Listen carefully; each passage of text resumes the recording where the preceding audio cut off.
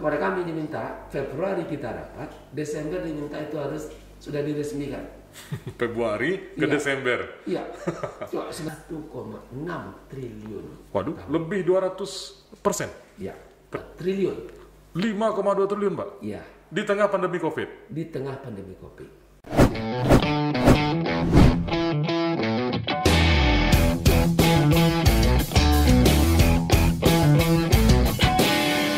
Oke, Pak Wali, kita nostalgia sedikit ke belakang. Iya. Ketika Pak Wali setelah dilantik menjadi wali kota dan hari pertama masuk kerja, apa yang ada di pikiran Pak Wali melihat Pekanbaru saat itu? Karena saat ini kalau kita cerita sudah jauh ini. Di awal itu, apa yang ada di pikiran Pak Wali waktu itu? Tentu bagi saya sebenarnya Pekanbaru tidak lagi hal yang istimewa. Iya. Kenapa? Karena saya sudah terlibat secara tidak langsung di dalam membangun Pekanbaru bersama wali kota. Artinya saya sebagai pembantu gubernur ya di Provinsi Riau yang dipercaya menjadi Kepala Dinas PU ya? Kepala Dinas PU Provinsi Riau. Beberapa kesempatan saya membantu pemerintah kota. Iya. Ya kan, tidak hanya di dalam tugas fungsi tugas kami, artinya di dalam termasuk di dalam penataan kota dan juga provinsi dalam infrastruktur khususnya sistem jaringan jalan misalkan. Tetapi juga oleh pemerintah kota kami dimintakan juga membantu tugas-tugas perkotaan yang dibutuhkan, misalkan pada saat Pak Wali ingin meresmikan terminal akap. Ya, Kap. Nah, itu secara Kepala Dinas Perhubungan dan Kepala Dinas PU datang ke saya, waktu itu posisi saya Kepala Bidang Bina Marga Dinas PU Provinsi Riau, untuk dibantu agar itu bisa diselesaikan pengaspalan halamannya yang sekian meter persegi ya, dan karena kota tidak punya dana. Nah, akhirnya kita juga bersinergi untuk membantu banyak hal lagi, artinya keterlibatan secara langsung tentang kota. Kemudian barangkali yang ingin Heru tanyakan, seperti apa sih kota Pekanbaru ini dalam konsep pembangunan? Betul. Nah, pada saat itu kita bisa ingat ya, Betul. bahwa predikat kota Pekanbaru itu orang menyebut, ya orang luar menyebut Pekanbaru adalah kota 1000 ruko. Hutan ruko. Ya, ya. Betul. Ya, kota 1000 ruko. Karena pada saat itu pembangunan Pekanbaru ini sangat cepat dan dalam bentuk bangunan ruko, dan pembangunannya itu linear, hanya di jalan-jalan protokol saja. Betul. Kemudian ini yang membuat kota ini ya kurang tertata dengan rapi. Kemudian begitu kami menjadi kepala daerah, maka langkah awal yang saya lakukan adalah mengumpulkan semua dokumen perencanaan pembangunan kota Pekanbaru yang dapat kami lanjutkan, sehingga bagaimana kita membangun kota ini ke depan untuk yang lebih baik. Namun pada saat itu kami menemukan dokumen-dokumen yang ada ternyata memang belum tersusun untuk kebutuhan kota ya, yang mengikuti perkembangan waktu, dan maka oleh sebab itu kami awali tahun 2013. Karena tahun 2012 kami menjadi wali kota di bulan Februari, APBD kan sudah tersusun oleh PJ wali kota sebelumnya. Betul. Maka kami lebih banyak menjalankan APBD yang sudah disusun oleh PJ Pak Samsuri Rizal waktu itu ya? Samsuri Rizal. Kemudian 2013 barulah kita menyusun RAPBD dengan mengutamakan penataan ruang, jadi menyusun RT/RW. Ini kan sebagai rencana induk dari pembangunan kota Pekanbaru ini. Maka disitulah kita memberikan konsep-konsep pembangunan. Pertama, kita membangun dengan konsep super blok. Artinya di dalam konsep super blok dibandingkan dengan konsep linear tadi, maka nilai jual, value atau value ekonomi dari tanah itu akan sangat baik. Karena semua dalam blok itu nilai harganya sama. Beda dengan linear. Misalkan di Jalan Sudirman dibangun ruko, maka tanah yang berharga hanya satu deret ruko itu saja. Betul. Di belakang ruko sudah tidak berharga lagi. Kalau di depan rukonya, di tanah ruko itu misalkan bisa 5 juta per meter, maka yang di belakang ruko tinggal lagi 500.000. Iya, karena tertutup Pak ya, aksesnya pun tertutup. Tapi dengan konsep super blok, yang di depan dan di belakang, yang di tengah-tengah, yang semua harganya sama. Maka itu ada secara sederhana ya, secara sederhana. Maka oleh sebab itu kita sudah lakukan rencana pembangunan yang terdistribusi ke seluruh wilayah dengan prinsip pemerataan pembangunan di semua wilayah. Ya, itu. Kemudian kita juga kembangkan potensi per wilayah sesuai dengan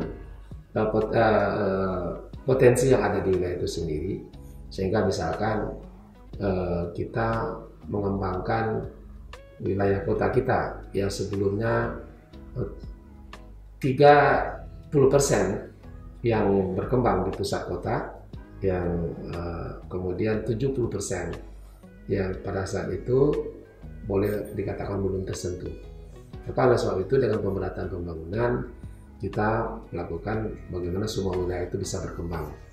Maka oleh sebab itu sekali lagi kawasan kecamatan Tenayan Raya, kecamatan Rumbai Pesisir, kecamatan Rumbai, ini 3 kecamatan ini menguasai, ya kan, 75% ya kan, wilayah Kota Pekanbaru. Artinya dari 70% lahan yang belum tergarap tadi itu berada lebih banyak di 3 kecamatan ini. Di 3 kecamatan itu. Maka oleh sebab itu ini juga bagaimana kita mendistribusikan agar lahan yang kosong itu dapat kita manfaatkan secara baik. Kemudian juga kita lihat dengan arah arus lalu lintas ekonomi itu datang dari mana. Artinya dari lintas timur untuk jalan darat itu dari Jawa ke Sumatera, dan dari Sumatera Lampung sampai ke Banda Aceh. Maka kita berada di tengah-tengah. Maka tentunya kita harus sudah membuat strategi kota kita dan memperhatikan dari pergerakan barang dan orang. Oke. Ya kan? Ini. Kalau bicara soal pencapaian pembangunan yang Bapak lakukan kan sungguh banyak, mungkin kalau kita uraikan satu persatu ini makan waktu yang cukup banyak. Namun ada satu yang paling ikonik dan paling diingat. Dan ketika awal-awal Bapak membuat ini, Bapak dicap ini wali kota gila ini, yaitu membangun kawasan perkantoran Tenayan yang dulu hutan. Yeah. Bapak sempat dicap ini wali kota aneh ini, ngapain ke sana? Dan sekarang sudah dilihat sama-sama di sana sudah ada istana, Pak, ada bangunan. Nah ini gimana nih Pak? Ini yang paling monumental dan ini yang paling ikonik. Bapak sendiri sebagai pelaku sejarah dan sekarang kan sudah jadi bangunan itu. Bagaimana melihat ini, Pak? Tadi saya lanjutkan ya. Iya. Maka dengan konsep tadi, di mana tadi potensi yang paling besar dan juga kita bagaimana memanfaatkan potensi ini. Maka oleh sebab itu, khusus untuk Tenayan yang Ibu tanyakan tadi, itu bukan hanya untuk pusat pemerintahan, tetapi sebenarnya kita sedang membangun kota baru. Oke. Ya kan? Sekali lagi kita sedang membangun kota baru. Luasannya berapa? 10.000 hektar. Wilayahnya cukup luas, Pak ya? Ya, sekali lagi 10.000 hektar. Maka di kota baru ini mesti ada engine, mesti ada lokomotif. Kalau kita bawa istilah dalam gerbong kereta api ya. Untuk penariknya, Pak ya. Jadi mesti ada lokomotif dalam pembangunan itu sendiri. Maka oleh sebab itu pusat pemerintahan, pengembangan pusat pemerintahan dari Jalan Sudirman kita pindahkan ke Tenayan. Ya, kita pindahkan ke Tenayan. Maka pusat pemerintahan itu sebagai lokomotif, sebagai engine, sebagai mesin. Nah, yang akan menarik nanti gerbong-gerbong. Betul. Apa gerbong utamanya? Kawasan industri Tenayan. Ya kan? kawasan industri Tenayan itu luasnya kita rencanakan 3.700 hektar. Alhamdulillah, dari 3.700 hektar yang kita rencanakan dalam tata ruang kita, 1.550 hektar sudah masuk ke dalam RPJMN pemerintah dalam tahun 2020-2024. Dan ini adalah salah satu dari 27 kawasan industri baru di Indonesia. Ingat, alhamdulillah dari 27 itu ada 14 di Sumatera, dan kemudian dari 14 di Sumatera itu ada 2 di Provinsi Riau. Pertama adalah Tenayan Raya, kawasan industri Tenayan di Kota Pekanbaru, dan yang kedua kawasan industri Tanjung Buton di Siak, Pak ya? Di Siak. Khusus untuk yang Tenayan Raya, alhamdulillah ini menjadi juga rencana aksi kan di dalam pemulihan ekonomi. Dan kita juga alhamdulillah bersyukur bahwa kawasan industri Tenayan ini juga sedang berproses, diusulkan oleh Kementerian Perindustrian kepada Menko Ekonomi menjadi kawasan strategis nasional yang ditingkat dengan SPN, PSN, ya kan, proyek strategis nasional. Alhamdulillah. Nah, apa saja yang kita lakukan yang dibuat di kawasan yang 1.550 hektar oleh pemerintah pusat? Ya, insya Allah ini nanti hilirisasi dari CPO dari sawit dengan 2 juta ton CPO nanti diolah di sana. Maka itu dengan hilirisasi berupa produk makanan, produk obat-obatan, produk kosmetik, dan juga sampai kepada biodiesel. Dan ini akan membuka lapangan pekerjaan sebanyak 155.000 tenaga kerja. Wow, itu jumlah cukup besar itu, Pak. Ya kan? Insya Allah itu nanti dalam masa 10 tahun ke depan paling lambat, maka kalau ini sudah beroperasi semua penuh, maka dia akan memberikan sumbangsi kepada pendapatan negara sebesar 14,5 triliun per tahun. Yang menjadi persoalan hari kita, 155.000 tenaga kerja harus kita siapkan untuk anak kita ke depan. Nah, maka oleh sebab itu kami juga berusaha untuk bekerja sama dengan perguruan tinggi yang ada di Provinsi Riau. 32 perguruan tinggi yang ada di Riau. Ya, kemudian juga itu ternyata dari prodi-prodi yang kita tahu yang ada di perguruan tinggi yang ada sekarang ini, kalau kita kaitkan dengan kebutuhan di lapangan, khususnya tadi untuk kawasan industri saja, ini juga membutuhkan politeknik khusus untuk kawasan industri.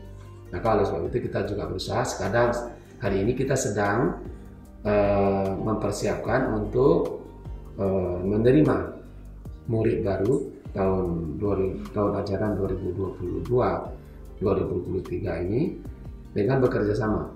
Pemerintah Kota Pekanbaru bekerja sama dengan pemerintah pusat melalui Kementerian Pendidikan, kemudian juga dengan Politeknik Negeri Batam. Nah, untuk cikal bakal kita membangun Politeknik Negeri Pekanbaru.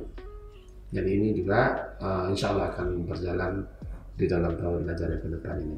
Ini oleh kita salah satu untuk mempercepat, memberikan kesempatan kepada anak-anak Pekanbaru, khususnya Riau umumnya, ya, dan juga tentu untuk Indonesia.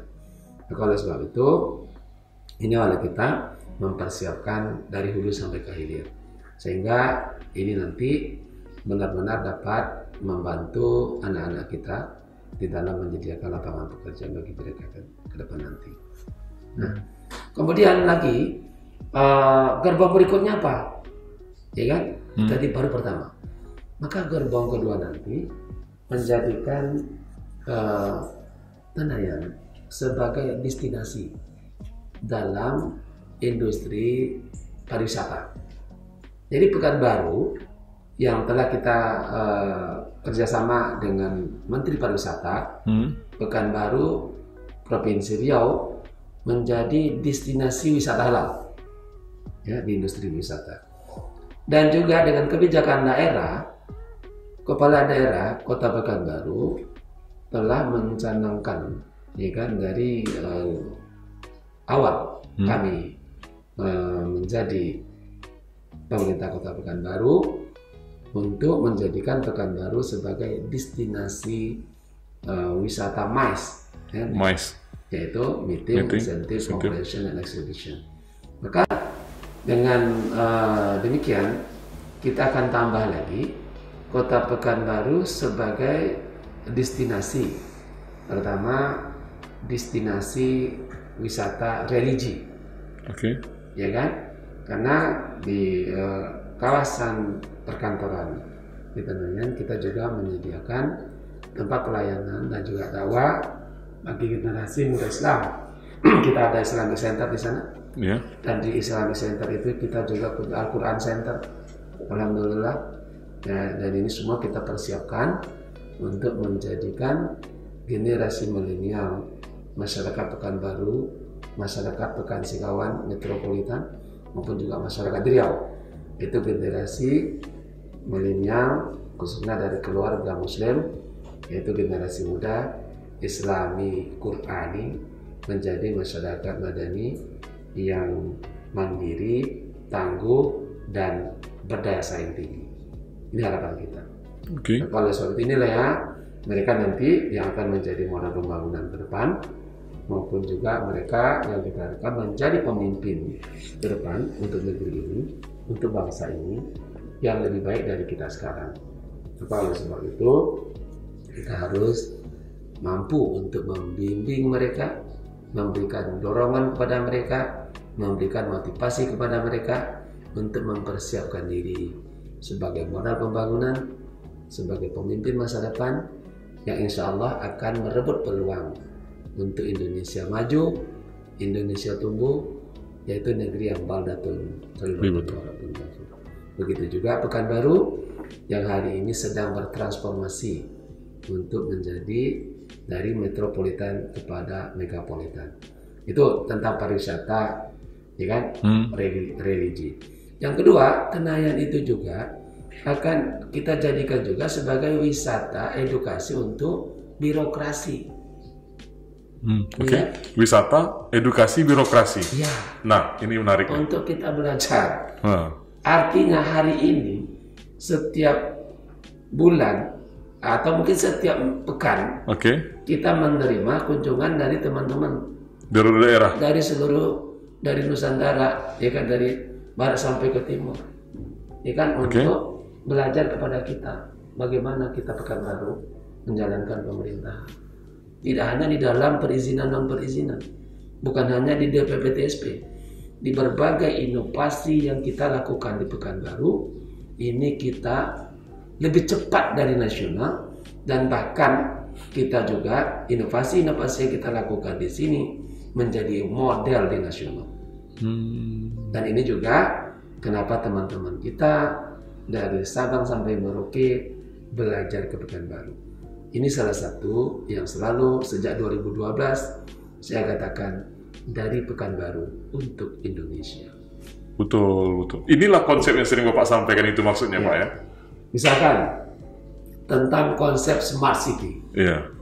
Smart City di Pekanbaru ini visi, cita-cita kepala daerah, ya kan, untuk periode kedua periode saya. Karena cita-cita pertama di periode pertama membangun Pekanbaru menjadi kota metropolitan masyarakat madani, ya kan? Maka alhamdulillah visi itu tercapai di 2016 di periode pertama. Kemudian kami ikut lagi untuk menawarkan diri menjadi pelayan masyarakat Pekanbaru, berpasangan masih dengan pendahulu saya, dengan membawa harapan dan juga cita-cita meningkatkan metropolitan menjadi Smart kota city. cerdas. Ya kan, Pekanbaru menjadi kota metropolitan itu kita tingkatkan kualitasnya menjadi kota cerdas Oke. untuk masyarakat yang berperadaban tinggi. Ini yang belum tercapai, maka itu tetap berlanjut. Ya, konsisten berlanjut. Nah, sebenarnya kota metropolitan dengan kota cerdas itu juga lanjutan.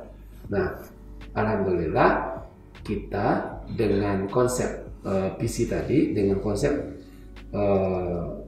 smart city atau mazhab smart city sendiri dengan 6 pilar smart city-nya. Pemerintah yang cerdas yang pertama, kemudian masyarakat yang cerdas yang kedua, yang ketiga lingkungan yang cerdas, yang keempat mobilitas yang cerdas, Betul. yang keempat, yang kelima,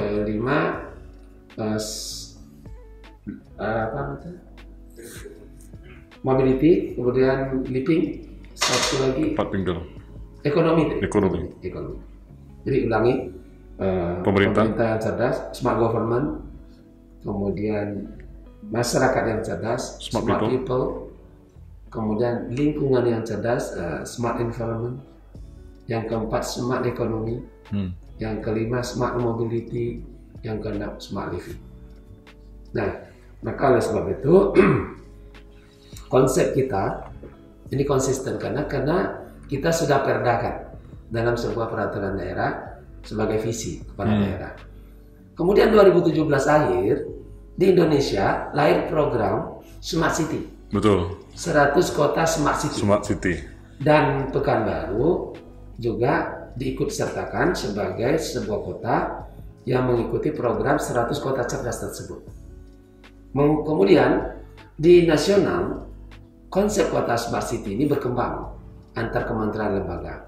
Misalkan Kementerian Kominfo sebagai salah satu poros, maka dengan bermitra menggunakan salah satu perguruan tinggi yang menjadi konsultan, maka alirannya tentu mengikuti konsultannya.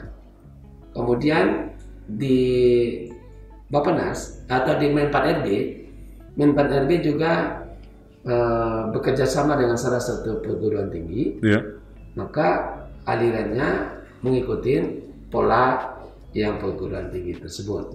Kemudian Bappenas yang akan mengimplementasikan, maka dari konsep-konsep ini kemudian juga mereka ingin menjadikan formulasi untuk mengambil suatu kebijakan. Nah, akhirnya tentang Pekanbaru kita sampaikan kita tidak bisa mengikuti konsep mereka karena ada perbedaan dengan kita, karena konsep kita ini sudah diperdakan, karena ini bukan mengikuti program yang Smart City yang tadi, tetapi kita terlebih dahulu mempunyai konsep Smart City ya, dengan sebuah peraturan daerah yang sudah kita payungi dengan sebuah peraturan daerah, karena konsep Smart City, cita-cita Smart City Pekanbaru ini bukan kegiatan tetapi adalah vision kepala daerah. Nah, akhirnya perbedaan-perbedaan tadi akhirnya ditolerir bersama. Ada konsep dari Menpan RB, ada konsep dari Kominfo, kemudian diformulasi menjadi yang Bappenas. Kemudian ada beberapa perbedaan dengan yang di Pekanbaru. Namun dalam 2 tahun 2021 kemarin, perbedaan-perbedaan tadi mengarah kepada Pekanbaru punya.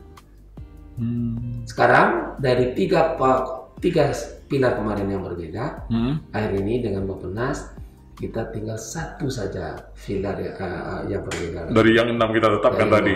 Tadi kita berbeda 3. Iya. Sekarang hanya tinggal 1. Ya, yang 2 mereka sudah mengikut kita. Ya kan? Tinggal yang 1, yaitu pilar pertama kita mengatakan smart government ya. Smart government. Pemerintah yang cerdas. Mereka masih mengatakan tata kelola pemerintah yang cerdas. Ya kan? Bagi kita tata kelola itu adalah bagian. Tetapi yang tetap menjadi leadernya adalah manusianya, pemimpinnya, pemerintahannya, orangnya, bukan sistem. Kita tetap tegar. Dan saya yakin dan percaya mereka akan ikut kita. Artinya dari Pekanbaru untuk Indonesia. Ya. Siap.